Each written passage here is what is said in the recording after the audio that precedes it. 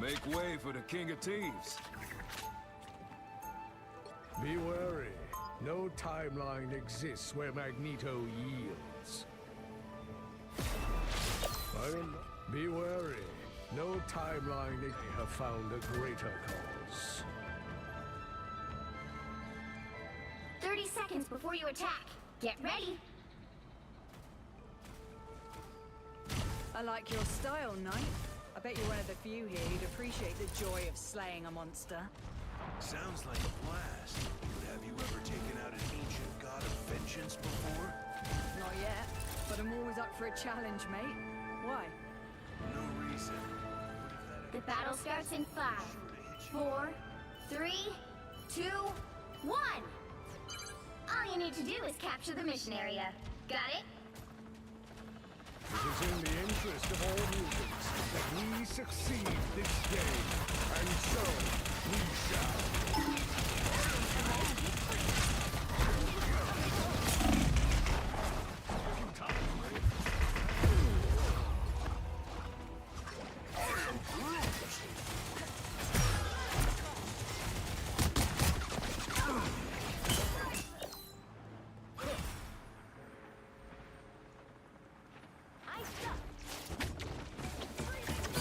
Quantum match.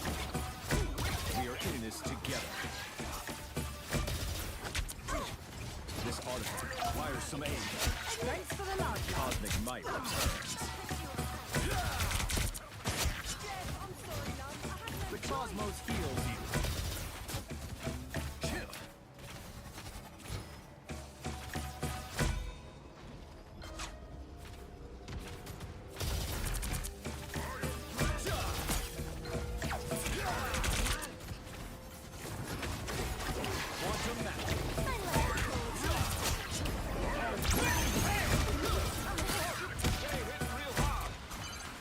Help get that vehicle to its destination. We are in this together.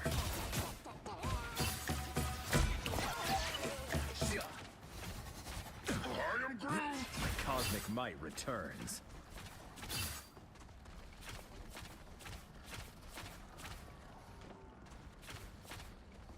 Breathing gunshot! Be careful over here.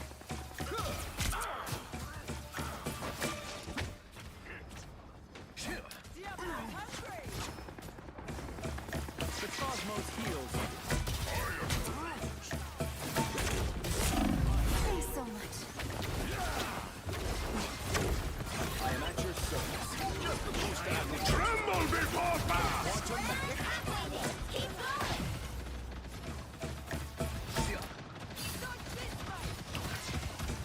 Born again! That's all we've got! Healing power. We got it. Never mess with a bloodstone! Second chance is over.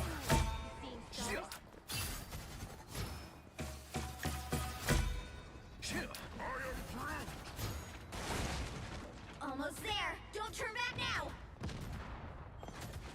Quantum match. Thanks. Judge! Jury! Execution!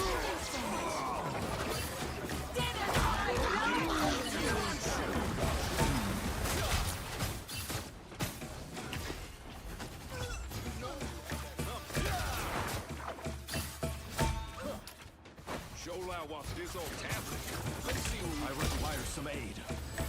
Vehicle reached the checkpoint. Keep up the momentum. Quantum magic. Wait, that hit the spot. Be your best self.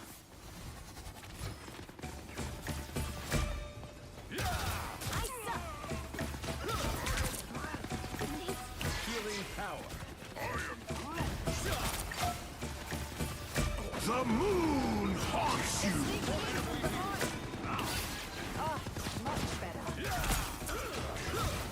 The cosmos. I am at your We service. are undefeatable! The cosmos heals you. Never thought I'd get to collab with Pure cosmic energy. You are safe now, my friend. Hey, that's my trick. Never mess with a bloodstone. Quantum magic.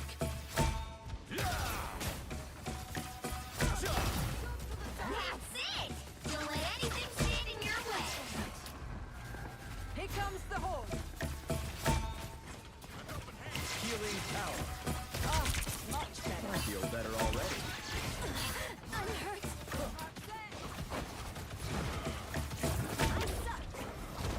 Healing power. We are in this together. Stronger together. Judge, jury, executioner! It's the grand finale. Leave them to Khonshu! Dinner time! Born again! Healing power. Tremble before fast! The moon! At your service. So close. This is your big chance.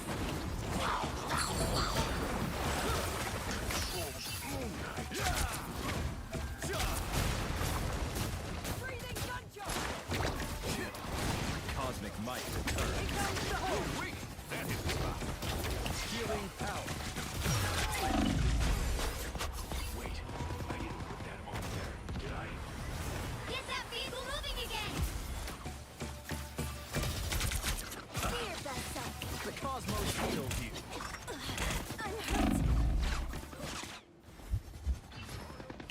Thanks so much.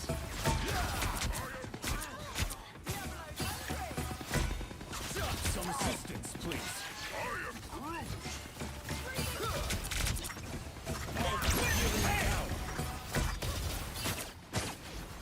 This We artifact is are quite powerful. undefeatable.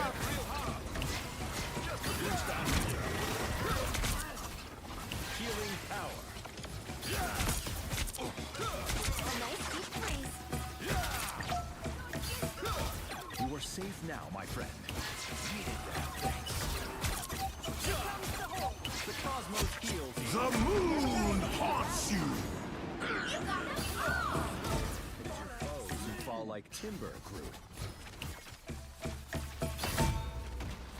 Born again! Heals you. I like the cold. We are in this together.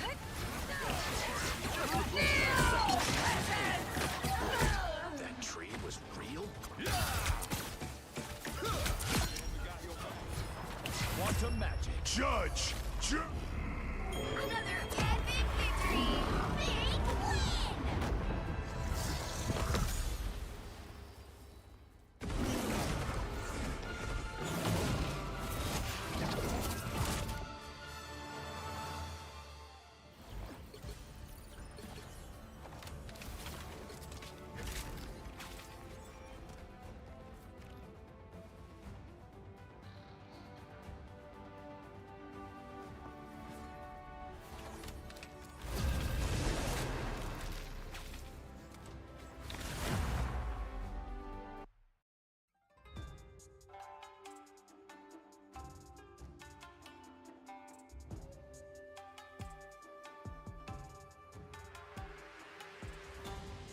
Conscientious people are dutiful, industrious, orderly, that sort of thing. And need a they tend to top-notch team sacrifice to the win present this for the one. future.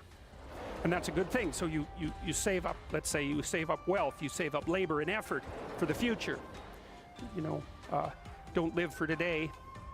Don't be impulsive. Work hard and all that. That'll accrue you success over the long run. The downside of that is the long run has to be stable in order for that to be a reasonable strategy. And so conscientiousness is not a good strategy, at least under some conditions, in situations that are radically unstable. Because in situations that are radically unstable, you might as well get what you can now. Or that's one way of looking at it anyways. The other thing about being conscientious, if you store up wealth, say, as a consequence of hard work, then that can make you targets for people who would like to come and take your wealth. And so it's also one of the things that happened to many people in the 20th century, most recently in Venezuela, is that let's say you're conscientious and you save money.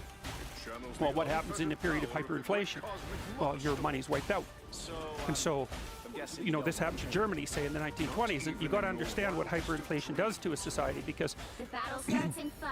what hyperinflation 4, does is destroy 3, the people 2, who worked hardest to 1. construct the society, because they're the people who've been prudent and careful and sacrificed and so forth.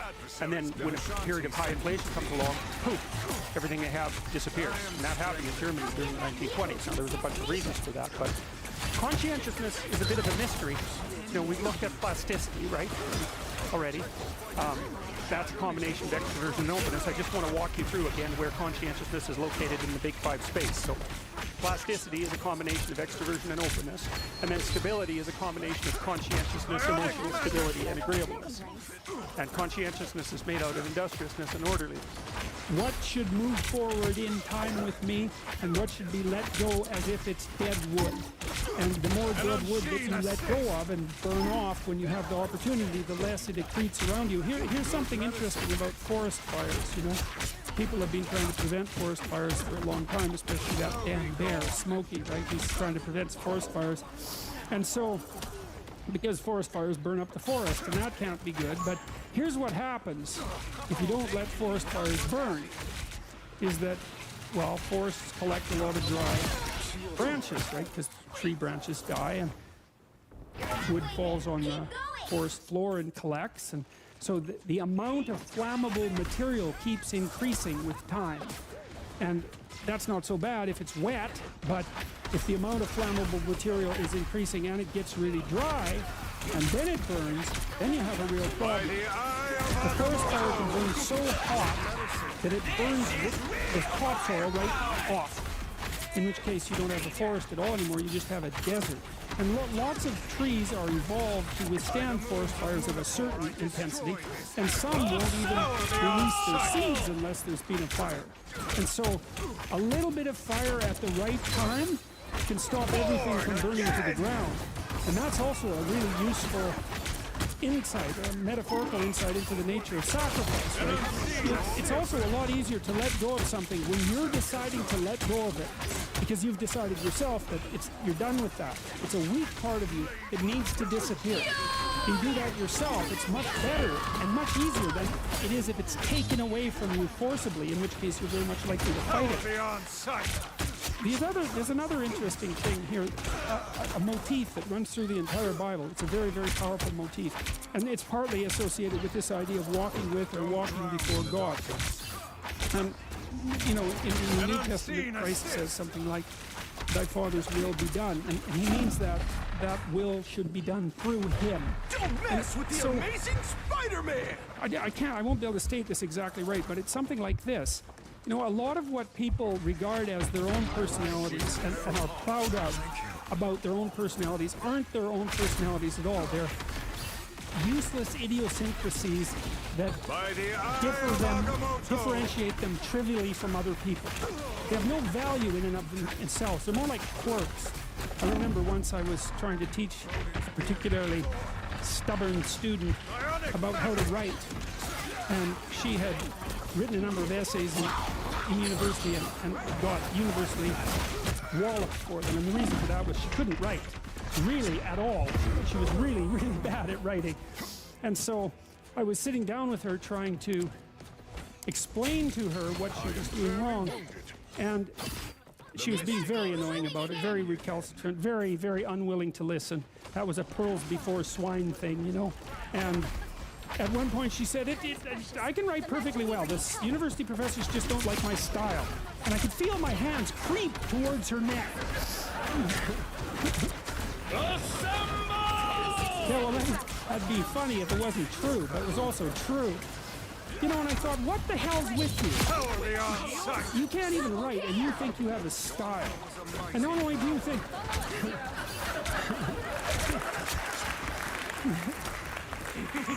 Yeah, not knowing how to write is not a style. That's the other point, right? And so, you know, she instead of humbling herself, which was necessary and okay, right? Because she was a new university student. It's like, of course you don't know how to write. When were you going to learn? In school? I don't think so.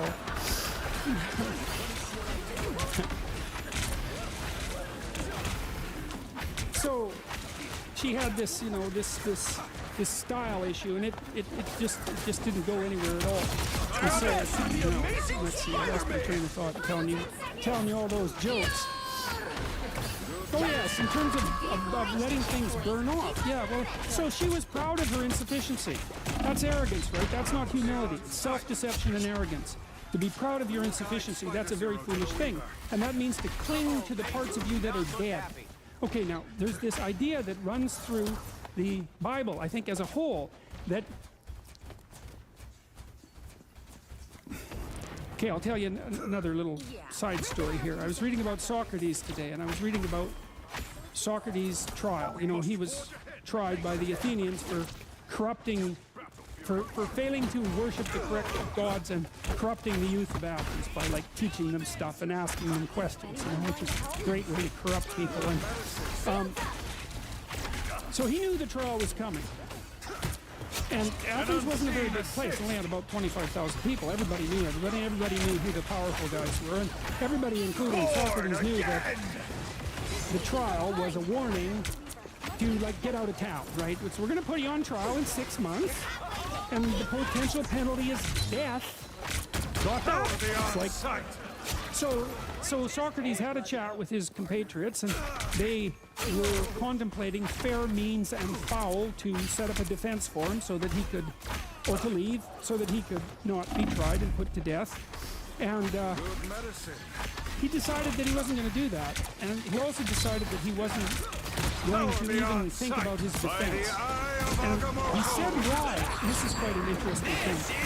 He said why. He told one of his friends that he had this voice in his head, a demon, a spirit, something like that, that he always listened to, and that was one of the reasons he was different from other people, because he always listened to this thing. It didn't tell him what to do, but it told him what not to do. It always told him what not to do. And if it told him not to do something, then he didn't do it. If he was speaking, and the little voice came up and said, no, then he shut up, and he tried to say something else.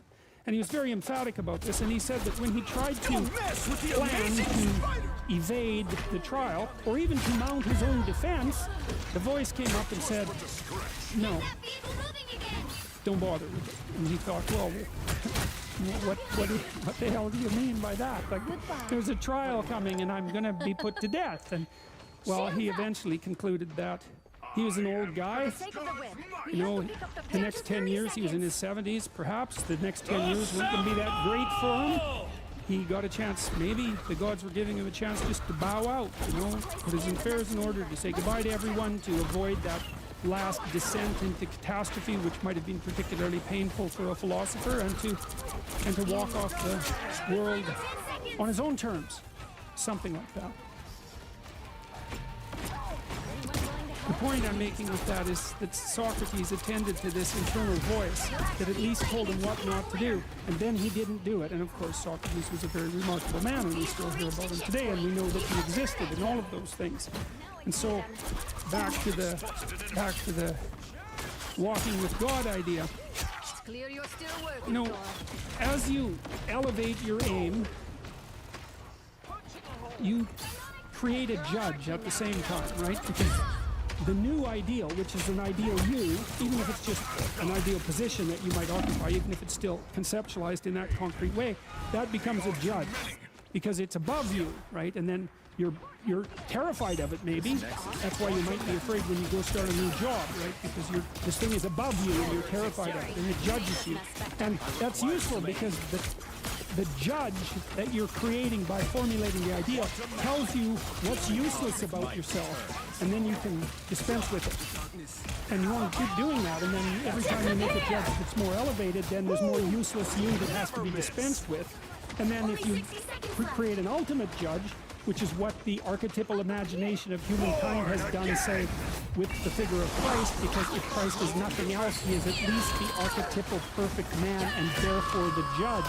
You have a judge that says, get rid of everything about yourself that isn't perfect. Of course, that's also what God tells Abraham, right? He says, to be perfect, to pick an ideal that's high enough, and you can do this. The thing that's interesting about this, I think, is you can do it more or less on your own terms. You have to have some collaboration from other people, but you don't have to pick an external ideal. You can pick an ideal that fulfills the role of ideal for you. You can say, okay, well, if things could be set up for me the way I need them to be, and if I could be who I needed to be, what would that look like? And you can figure that out for yourself, and then instantly you have a judge. And I also think that's part of the reason people don't do it. Right? Why don't people look up and move ahead? And the answer is, well, you know, you start formulating an ideal, you formulate a judge, it's pretty easy to feel intimidated in the face of your own ideal. That's what happens to Cain versus Abel, for example. Then it's really easy to destroy the ideal instead of to try to pursue it, because then you get rid of the judge. But it's way better. Lower the damn judge if it's too much. Like if your current ambition is crushing you, you know, then maybe you're playing the tyrant to yourself, and you should tap down your ambitions, not get rid of them by any stretch of the imagination, but at least put them more reasonably within your grasp. You don't have to leap from point 1 to point 50 in one leap, right? You can do it incrementally. But I really like this idea. I think it's a profound idea that the process of recapitulating yourself continually is also the process of, it's a phoenix-like process, right? You're shedding all those elements of you that are no longer worthy of the pursuits that you're valuing. And then I would say the idea here is that as you do that, you shape yourself ever more precisely into something that can withstand the tragedy of life and that can act as a beacon to the world. That's the right way of thinking about it. Maybe first to your friends and then to your family. It's like it's a hell of a fine ambition, and there's no reason that it can't happen. You know, every one of you knows people who are really bloody useful in a crisis, and people that you admire, right? Those are all, you can think of all those people as you admire, that you admire as partial incarnations of the archetypal Messiah. That's exactly right. And the more that manifests itself in any given person, then the more generally useful and admirable that person is in a multitude of situations. And we don't know the limit to that. But people can be unbelievably good for things, you know? I mean, the idea of the dying and resurrecting God is a very old idea. And it's echoed in such things as the imagery, say, of the phoenix, which burns itself up and then restores itself to its early form. And I think, speaking purely psychologically, that idea of the dying and resurrecting Savior is something like a reflection of the fact that in order to progress psychologically, you have to let go, especially in the face of obstacles, you have to let go of those things that are impeding your progress that might be very dear to your heart. You have to let them go and let them die, and then you have to let a new part of yourself be born. So, because when you're wrong, you have to let the part of you that's wrong die, and then a new part spring to life in some sense. It's a new part that's partly a union of your mind and a union of the information that's contained in the error that you committed. And it's like the birth, in some sense, of a new spirit. And so, you could say that there's this idea that you have to have faith in Christ because Christ is the way and the truth and the life, and no one comes to the Father but through Him. What that means symbolically, as far as I can tell it, is that you have to embrace the process of voluntary death and rebirth in order to continue moving forward properly in your life. And it's also that process of death and rebirth that rejuvenates the Father. And it's also that process of death and rebirth that produces the Father to begin with, if you think about the Father as the symbol of culture. So, at minimum, the idea of the resurrected Christ is the idea that you should identify not with that part of yourself that's stagnant and dead that already knows, but is prone to error. You should identify with that part of yourself that's always stretching beyond what you currently know and has the faith to let go of old certainties so that new patterns of being can be brought into place. And so, now, that's a purely psychological explanation, and I think I've made the case in my biblical lectures that I'm striving for a psychological interpretation at the moment. My experience with the biblical stories is that there are layers of depth in them that are sufficiently profound, perhaps staggering people in the text and its association with almost the entire corpus of Western literature, that as you dig into it more and more, and so I don't know what to make of the more metaphysical claims, you know, But I'm going to leave it at that because I don't know. It's only speculation. See, I guess it is that I really don't believe that we understand consciousness. And we don't understand its role in the cosmos. It could be that consciousness is just an epiphenomenon of materialist processes. But there's a couple of things to me that seems to mitigate against that explanation. The first is that we don't have an account of consciousness that's useful. We have no idea how the material substrate of the brain produces this awareness and self-awareness that seems to be crucially important in the existence of the cosmos, insofar as if there's nothing to experience something, it's very difficult to say in what way that it exists. You need a viewer and an observer, and scientists sort of gerrymander that out of hypothetical reality when they talk about phenomena where there is no actual observer. And so consciousness could be just an epiphenomena, but it could also be something central to the nature of being. Certainly mythological stories present the thought that there's nature, that would be nurture from the scientific perspective, and there's the social world, that would be the great father from the mythological perspective. And that's all there is from the scientific perspective. But from a mythological perspective, there's active consciousness, and that's associated with the idea of the logos. And the logos seems to be something like, if you think about it as consciousness, it seems to be this thing that encounters the potential of future being, and then determines, at least in part, how to shape it. Well, obviously, we're constrained in many ways. You can't shape things in any old way, but we can certainly advance in the direction of our imagination in quite a staggering and compelling manner. And then you might say, well, is that real? Is the idea that we have it's free in some incomprehensible sense, and that it plays a role in constructing the cosmos, is that real? And then I would say, well, it depends on what you mean by real, but I would also point out that you act as if it's real, and that our functional legal systems, like the legal systems on the West, are predicators on the acceptance of its reality. And it was an idea that took many, many thousands of years to emerge. You know, first of all, the Roman sovereign was the king of God, and the nobles became sovereign, and then men became sovereign, and then with the Christian Revolution, every individual soul became sovereign. That idea of individual sovereignty and worth is the core presupposition of our legal system and our cultural systems, and so we all walk around acting as if every one of us is a divine center of logos, because we give each other the respect of individual citizens who are sovereign and that are equal before the law. And the funny thing is if someone doesn't treat you that way, treats you as if your free will is an illusion, or refuses to regard you as someone who plays an active part in choosing the outcome of their life, then you get very, very annoyed. And so if it's an illusion, perhaps it is, we don't understand an alternative to it, and it's unbelievably functional. Okay, so back to love.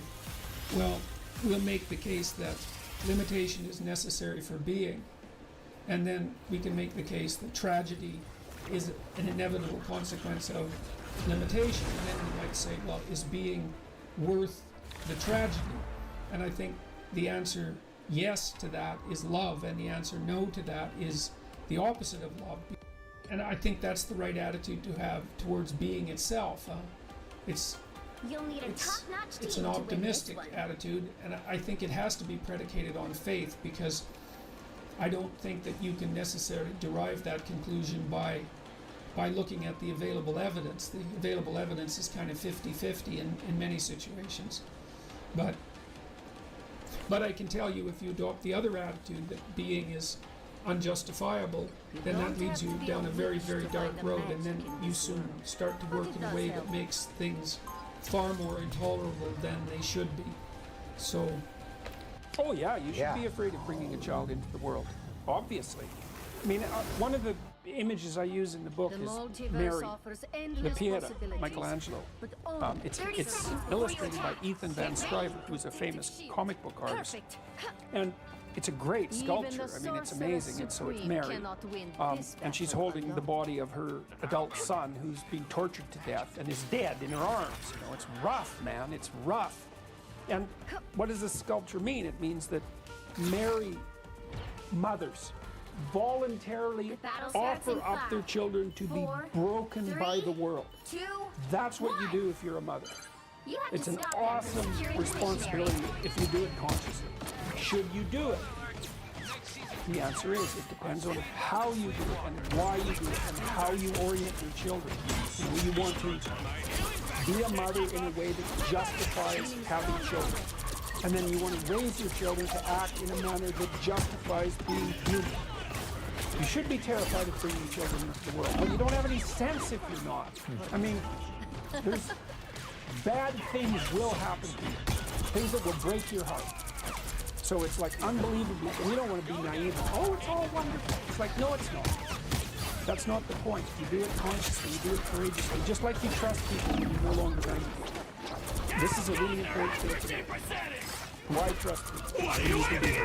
It's like you trust them as a manifestation of your courage in their potential. You offer your hand and say, look, I'm willing to trust you. I can call the best out of you with trust. And I know I can be knifed as a consequence. But you don't get the best without trust. And society crumbles and everything goes to hell. And so it's an act of courage, and that's the same with having a baby. It's an act of courage.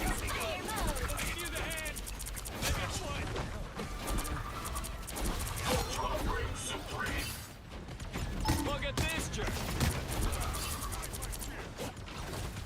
Your attention, for example, is mediated by unconscious forces. And you know that perfectly well. And this is another Freudian observation. You know, if you're sitting down to study, for example, your conscious intent is to study. But you know perfectly well that all sorts of distraction fantasies are going to enter the theater of your imagination non-stop and annoyingly. And there isn't really a lot you can do about that except maybe wait it out. You know, so you'll be sitting there reading and your attention will flicker away. You think about, I don't know, maybe you want to watch Jane the Virgin on Netflix or something like that, or maybe it's time to have a peanut butter sandwich, or you should get the dust bunnies out from underneath the bed, or it's time to go outside and have a cigarette, or maybe it's time for a cup of coffee, or it's like all these subsystems in you that would like something very happy just to sit there while you read this thing that you're actually bored by, and so they pop up and try to take control of your perceptions and your actions non-stop. Maybe you think, well, this is a stupid course anyways. Why do I have to read this damn paper? And what am I doing in university? And what's the point of life? It's like you can really get going if you're trying to avoid doing your homework. And then you might think, well, what is it in you that's trying to avoid? Because after all, you took the damn course and you told yourself to sit down. Why don't you listen? Well, because you're a mess. That's basically why. You haven't got control over yourself at all. Judge! No more than I have control over this laptop. Okay, so there's the memory function of the unconscious, and there's the dissolutive function. That's an interesting one. The unconscious contains habits, once voluntary, now automatized, and dissociated elements of the personality, which may lead a parasitic existence. That's an interesting one. I would relate that more to procedural memory. You know, so what you've done is practice certain habits, whatever they might be. Let's call them bad habits. And you like those things to get under control, but you can't. So maybe when you're speaking, for example, you use like and you know, and you say a lot.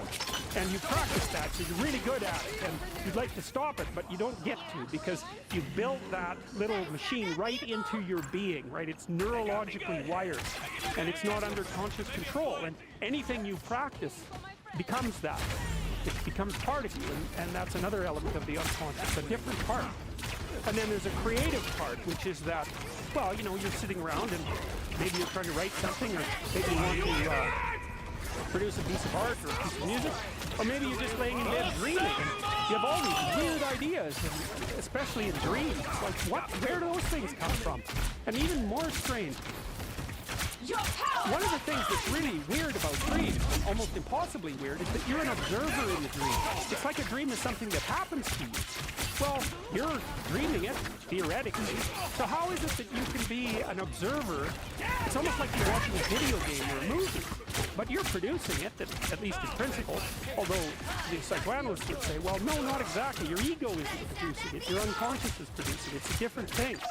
It's a different thing. And of course, Jung would say, well, it's deeper than that. The collective unconscious might be producing it. In some sense, it isn't you exactly, or it isn't the you that you think of when you think of you. And that's the ego from the Freudian perspective. The you that you identify with, that's the ego. And outside of that is unconscious. The id, that's more the place of impulses, and you could think about those as the biological subsystems that can derail your thinking, right? And that govern things like hunger and sex and aggression and your basic instincts is another way of putting it. And it's a reasonable way of thinking about it because these are subsystems that you share with animals. You share them certainly with mammals. You share most of them with reptiles.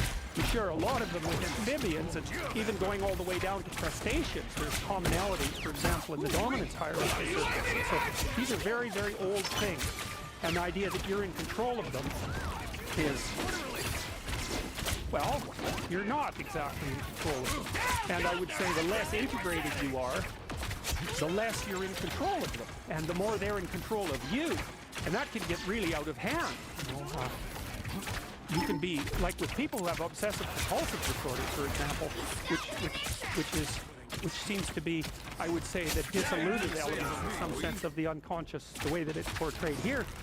Poor people with obsessive compulsive disorder, they can spend half their time doing things that they can't really control, and they have very strong impulses to do them. And it's very hard on them to block them. You know, they'll almost panic if those things are blocked. And then you have people with Tourette's syndrome, you know, that they'll be doing all sorts of weird dances and spouting off obscenities and imitating people without being able to control it. And sometimes a little bit of antipsychotic medication can dampen that down, but it's as if there are these autonomous semi-spirits inside of them that grip control over the behavior and make them do things. And, you know, you find that to some degree in your own life because maybe you've become very attracted to someone, even maybe you don't want to be attracted to the person, and then you find yourself, you know, texting them when you know perfectly well that you're going to bed, and, you know, you're in a grip of something, and you can't control it, and that's all part of the unconscious, and all part of what Freud was studying. This is the Peter Pan story, roughly speaking. Is Peter Pan is the magical boy. Pan is the god of everything, roughly speaking. So it's not magical, it's Pan. And he's the boy that won't grow up. And he's magical. Well, that's because children are magical. They can be anything. They're nothing but potential. And Peter Pan doesn't want to give that up. Why? Well, he's got some adults around him, but the main adult is Captain Hook. Well, who the hell wants to grow up to be Captain Hook? First of all, you've got a hook. Second, you're a tyrant. And third, you're chased by the Dragon of Chaos with the clock in its stomach. Right? The crocodile. It's already got a piece of you. Well, that's what happens when you get older. Time has already got a piece of you. And eventually, it's going to taste for you. And eventually, it's going to eat you. And so Hook is so traumatized by that he can't help but be a tyrant. And then Peter Pan looks at traumatized Hook and says, well, no, I'm not sacrificing my childhood to that. So that's fine, except he ends up king of the Lost Boys. In Neverland, well, Neverland doesn't exist, and who the hell wants to be king of the Lost Boys? And he also sacrifices the possibility to have a real relationship with a woman. That's Wendy, right? And she's kind of conservative, middle-class, London-dwelling girl. She wants to go out and have kids and have a life. She accepts her mortality, she accepts her maturity. Peter Pan has himself with Tinkerbell. She doesn't even exist. She's like the fairy of the moon. She doesn't exist. She's the substitute for the real thing. And so, but the dichotomy that you're talking about is very tricky because there's a sacrificial element in maturation, right? You have to sacrifice the pluripotentiality of childhood for the actuality of a frame. And the question is, well, why would you do that? Well, one reason is it happens to you whether you do it or not. You can either choose your damn limitation, or you can let it take you unaware when you're 30, or even worse, when you're 40. And then that is not a happy day. I see people like this, and I think it's more and more common in our culture because people can put off maturity without suffering an immediate penalty. But all that happens is the penalty accrues, and then when it finally hits, it just wallops you. Because when you're 25, you can be an idiot. It's no problem. Even when you're out in the job search, you don't have any experience in the kind of thing. It's no problem. That's what young people are like. They show us potential. Okay, well now you're the same person at 30. It's like people aren't so thrilled about you at that point. What the hell have you been doing for the last 10 years? Well, I'm just as clueless as I was when I was 22. Yeah, but you're not 22. You're an old infant. Right? And that's an ugly thing, an old infant. So, part of the reason you choose your damn sacrifice, because the sacrifice is inevitable. But at least you get to choose it. And then there's something that's even more complex than that in some sense, is that the problem with being a child is that all you are is potential. And it's really low resolution. You could be anything, but you're not anything. So then you go and you adopt an apprenticeship, roughly speaking. And then you become, at least you become something. And when you're something, that makes the world open up to you. You know, like if you're a really good plumber, then you end up being far more than a plumber. Like you end up being a good employer. Not plumbers. I'm not putting plumbers down. It's like more power to plumbers. They've saved more lives than doctors. So, hygiene. So, you know, if you're a really good plumber, well then you have some employees, you run a business, you train some other people, you enlarge their lives, you're kind of a pillar of the community, you have your family. You can, once you pass through that narrow training zone, which narrows you and constricts you and develops you at the same time, then you can come up the other end with a bunch of new possibilities that have. And Jung talked about that. He thought that the proper part of the proper path of development in the last half of life was to rediscover the child that you left behind as you were apprenticing. And so then you get to be something and regain that potential at the same time. Very, very smart. Well, he was very, very smart. So that's very wise thing to know. So, yep. Sacrifice. We'll talk more about that too. You get to pick your damn sacrifice. That's all. You don't get to not make one. So you're sacrificial whether you want to be or not. That's a good thing to know as well. So even though it's rather, you know, it's a rough thing to figure out. But other questions?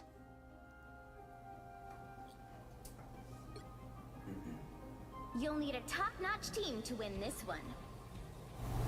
I have one if no one else. Okay. That thing you just said about noticing it more and more and people wait until they're 20. Yeah.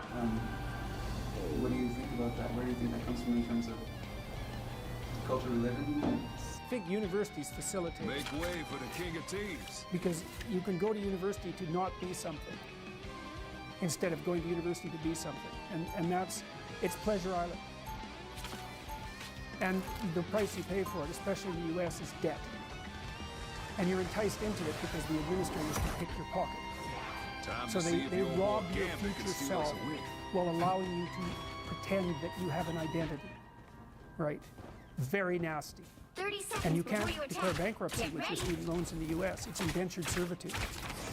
And it is precisely Pleasure Island. It's exactly that. And so tuition fees have shot way out of control. Last I And checked, part of the we was reason that both universities fighting don't for make more good demands on their students and let them get away with all the things they let them get away with is because they're basically, why the hell would you chase them Simmer out? down, Spectre. I couldn't They're face Battle starts in $100,000 5, or more. 4, 3, So they can do whatever they 2, want as long as 1. you get to sell them to All the you salt need to do mines. is capture the mission area. Right. Got it? So, and you know, it's not the only reason, because the other thing that's happened is that the rate of technological transformation is so fast, and the rate of turnover of things is that it is genuinely harder for people who are, say, 18 to 20.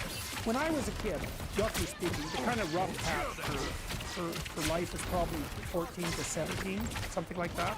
Now I think it's 18 to 25, something like that. And I think the reason for that is that all the jobs that the bloody hippies complained about being doomed to in the 1960s have now disappeared. Their problem was, oh my God, I'm going to go have to work for a corporation and get a salary for the rest of my life.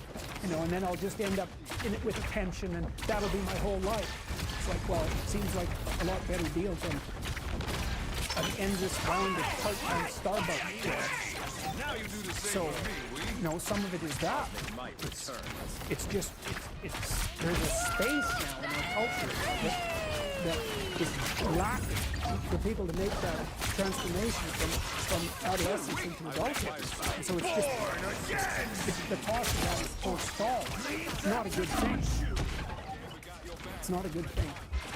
Now, you've got these two evil creatures here, the fox and the cat. I think this one's based on one of the Marx brothers, actually. Harpo Marx, who I believe never said anything. But You got rid of be me? that as it may, they're these ne'er-do-well characters. The fox in particular. Now, fox is a standard trickster animal, right? It's a classic animal, maybe because it's good at hiding and it's good at hunting. I don't know exactly why, but and coyotes are like that too. They're classic trickster animals. He's kind of like Wily Coyote, the Warner Brothers character who genius at large, and of course whose arrogance continually gets him walloped. And this character has a lot of features like that, but he feigns being an English gentleman of like the 1890s and pretends to be educated, and he has a kind of high-blown way of talking, and he's a fraud through and through, and he's got this, you know, sidekick who is barely there at all, and he doesn't treat him that well, but he's got someone to lord it over, so that keeps his dominance hierarchy thing going well. And the fact that he's like a second-rate companion, well, he never really notices that, although he'll treat him contemptuously whenever he gets a chance. So anyways, they're walking down the street, and the fox is bragging away about some crooked thing that he's done, and how he pulled the wool over someone's eyes. And he confuses that with wisdom and intelligence. And one of the things that you see, this is worth knowing too, because if you're preyed upon by a psychopath, which you will be to some degree at some point in your life, the psychopath, who will be narcissistic, will presume that you're stupid and that you deserve to be taken advantage of because you're naive. So it's actually a good thing that he's doing. And he is proof for, and I'm saying he because there are more male psychopaths. The proof that you're stupid naive is that he can take advantage of you. And so it's like if you were wiser,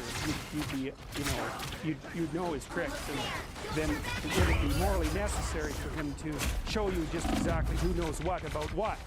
And so the psychopath will use his ability to fool you as proof of his own grandiose omnipotence, omniscience, and narcissism.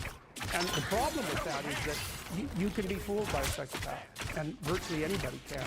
So that Robert Hare, for example, who studied psychopaths for a long time and interviewed a lot of them, like hundreds of them, and videotaped many of the interviews, he said when he was talking to the psychopath, he always believed what they were saying. And then he'd watch the video afterwards and see where the conversation went off the rails. But, you know, the proclivity to be polite in a conversation is very strong. And if you're polite, you don't object to the way that the person unfolds their strategy, you know? And psychopaths are pretty good at figuring out how to manipulate people. And the probability that you will be immune to that is extraordinarily low. Go watch Paul Bernardo being interviewed by policemen on policing. That's bloody. That's enlightened. Paul Bernardo is like the CEO of a meeting in that video, you know? He gives the cops hell, he gives the lawyers hell, he protects the innocent. Basically tells them that they're rude and untrustworthy because they don't trust him because he did a few little things 17 years ago. And he gets away with it, his few little things. Right? He killed a bunch of people, including the sister of his girlfriend at the time. And, you know, he was a repeat sexual offender and murderer. So. But he basically goes, well, you know, that's a long time ago. We're past that, aren't we? I mean, I'm having a discussion with you. I'm trying to help you solve some crimes that, by the way, I committed, but we won't bring that up. You know, and you're accusing me of being a liar. Like, you're not playing fair. What's up with you? And then when they answer, he looks at his fingernails, which is like, that's a lovely little manipulative thing, because it basically means whatever happens to be under my fingernail at the moment is much higher priority than listening to your foolish story. And you watch, you'll see people do that to you, and then you get a little insight into what they're up to. He's very good at that. And so, or he looks outside, or he just looks at the tent, or looks out the window, immediately dismisses his nonverbal behavior. Brilliant. The courts were forced to release that, by the way. But look it up, Paul Bernardo on YouTube. Wow. It's just mind-boggling. He's so good at what he does. And he's good-looking, and he's charismatic, and, you know, he can really pull it off. And you can't tell what's happening with the cops and lawyers, whether they're just letting him play his routine to get some information from him, or whether he's actually setting him back on his heels. And I suspect it's a bit of both. But masterful performance. If you didn't know who he was, and you were watching it without the audience, you'd think he's the CEO of some company giving him some great help not being up to scratch. That's all his body language, his eye contact, everything speaks that. Amazing. It's crazy psychologist. He used to put jokes on his multiple choice tests. He was a really eccentric guy, but I really liked his courses. And he taught a course on creativity, and he was also a prison psychologist. And he was an eccentric guy, and he, for some reason, liked me, and maybe because I was eccentric too. And he invited me to go out to the maximum security prison a couple of times, which I did. And that was a very interesting experience because I was trying to figure out what role each individual's behavior bore to the pathology of the group. It was something like that. Can't keep this And game I down went out long. there and I met a little guy, smaller than me, I'm pretty bigger by then, and he was a pretty innocuous guy. And what had happened was I was out in this gymnasium. It looks like a high school prison, which is hardly quite telling in my estimation, but and there were all these monsters in there, weightlifting. They were monsters. I remember one guy was tattooed everywhere, and he had like a huge scar going down the middle of his chest. It looked like somebody hit him with an axe. And, and I was in there, and I had this weird cape that I used to wear that I bought in Portugal, and some boots that went along with it. And yeah, it was like an 80s Sherlock Holmes cape, but it was really like, it was from the 1890s, but this little village was up on a hill. There was a wall sitting on the hill, and they sold these things. I don't think they've changed the style since 1890, and so I thought they were really cool, and so I was wearing that. It wasn't perhaps the most conservative garb to don if you're going to go to a maximum security prison. So anyways, I was in the gymnasium, and the psychologist left. And God only knows, I mean, that's what he was like. And all these guys came around me, you know, and they were offering to trade their prison clothes for my cape. And it was like I was being made an offer for years. So I didn't really know what to do. And then this little guy said something like, the psychologist said to me, come and take you away or something like that. And so I thought, well, better this little guy than all these monsters. So we went outside the gym through some doors, like school doors. We went outside the gym into the exercise yard, I guess. And we were wandering along, and he was talking to me. He seemed like a kind of an innocuous guy. Then the psychologist showed up at the door and motioned us back, which was kind of a relief. And so I went into his office, and he said, "You know that guy that you walked over he took 2 cops one night and had them kneel down, and while they were begging for their lives, he shot them both in the back of the head." And I thought, that's... See, the thing that is so interesting is that he was so innocuous. Because what you hope is that someone like that would be very much unlike you, let's say, and certainly wouldn't be like someone innocuous that you've met. What you'd want the guy would be By the eye of you could just tell right away that he was a cold-blooded killer. No, he was this sort of ineffectual little guy. He was certainly not ineffectual if you gave him a revolver and the upper hand. And so that made me think a lot about the relationship between being innocuous and being dangerous. And then another thing happened. I met another guy out there, and then a week or 2 later, I heard that he and a friend of his held another guy down, and pulverized his left leg with a lead pipe, like just pulverized. And the reason for that was that they thought that he was a snitch, and he was. And that something different. Instead of being shocked and horrified by that, I thought, how in the world could you do that? Because I didn't think I could do that. I didn't think that, I thought that there was a qualitative distinction between me and those people. And so I spent about 2 weeks trying to see if I could figure out under what conditions I could do that. What kind of psychological transformation I would have to undergo to be able to do that. So that was a meditative exercise, let's say. And it only took about 10 days for me to realize that not only could I do that, but it would be a hell of a lot easier than I thought it would be. And that's sort of where that wall between me and what Jim described as the shadows started to fall apart. And that also was very useful. I started to recognize, I started to treat myself as a somewhat different entity because I hadn't been aware of the actions. I thought I was doing that. And there's no reason for me to think that. Because you're not a good guy unless you really made a bloody effort to be a good guy. You're just not. It's not easy. So you're probably a moderately bad guy. And that's a long way from being an absolutely horrible guy. But it's also a long way from being a good guy. And so, but I had a little more respect for myself because I also understood that there was a monstrous element to the human psyche that you needed to respect. And that was part of you. You could regard yourself in some sense as a loaded weapon. It's very useful around children to regard yourself as a loaded weapon because around children you are a loaded weapon. And the terrible experiences that many children have with their parents are testament to that. The moon!